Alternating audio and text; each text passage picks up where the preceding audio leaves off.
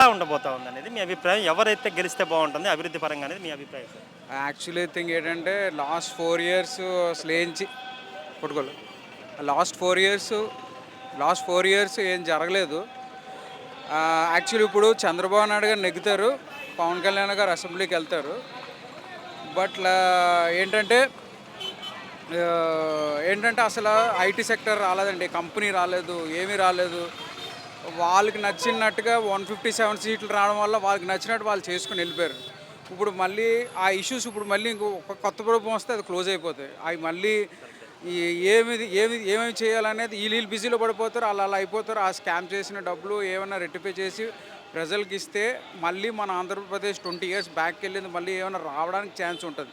First అది government 44 years ఏం పోయిందా అనేది మనం రెట్టిఫై చేసుకుంటే మంచిది.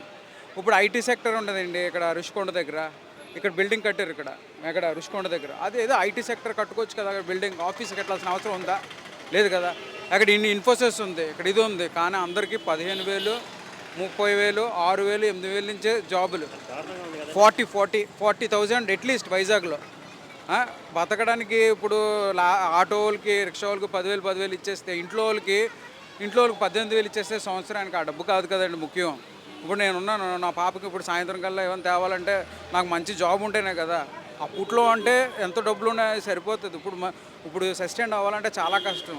ఎవరైనా వైజాగ్లో బతకగలరు ఇన్నాళ్ళు, కానీ ఇప్పుడు బతకాలంటే కష్టం అయిపోతుంది వైజాగ్లో. ఇది best city green city Visakhapatnam. అలాంటి గ్రీన్ సిటీ ఇన్నాళ్ళైనా టాప్ 3లో ఉన్న విశాఖపట్నం ఇప్పుడుకొచ్చి ఐటీ సెక్టర్ బాగోలేదు, ఇది తీసుకురాలేదు. ఇదేమో మళ్ళీ రాజధాని చేస్తారన్నారు. ఏది రాజధాని? మాటలు అక్కడ బిల్డింగ్ అక్కడ కన్స్ట్రక్షన్ అవుతుంది, ఇక్కడ బిల్డింగ్. ఇవన్నీ రియల్ ఎస్టేట్ వ్యాపారం పెరుగుతుంది తప్ప ఐటీ సెక్టర్ ఎక్కడ పెరిగిందండి? మేము ఎక్కడ బతకాలి? బీటెక్ చేసాం, కంప్యూటర్ చేసాం. ఇప్పుడు అందరూ బీటెక్ కూడా డౌన్ అయిపోయి కాలేజీలు మూసిపోతున్నాయి. ఇది టాప్ అంటే బీటెక్ అనేది టెక్నికల్గా నాలెడ్జ్ అనేది. అలాంటిది అంటే చదువులే మూతపడిపోతే రేపు మనం అలా గ్రోత్ అవుతాం.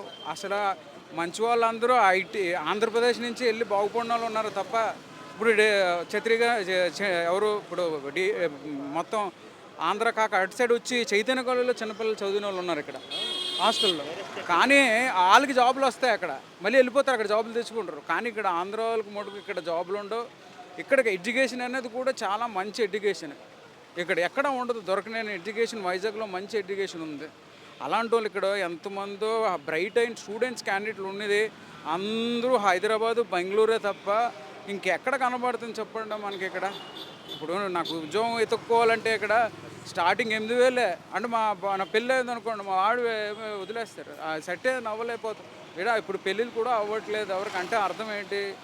ఐటీ సెక్టర్ అనేది బాగుపడితే అప్పుడు బాగుంటుంది అంతే కదా సార్. నా ఉద్దేశం ఏమిటంటే ఫైనల్గా ఈ 4 ఇయర్స్ అయింది రెక్టిఫై చేయాలంటే ఏమైందో బ్యాకప్ తీసుకొని ఫస్ట్ పాయింట్ అది తీసుకొస్తే మనం ఇంకో దాని మీద ఇన్వెస్ట్ చేయడానికి బాగుంటుంది. అది నువ్వు ఇప్పుడు ఈ 4 ఇయర్స్ అయిపోయిన తర్వాత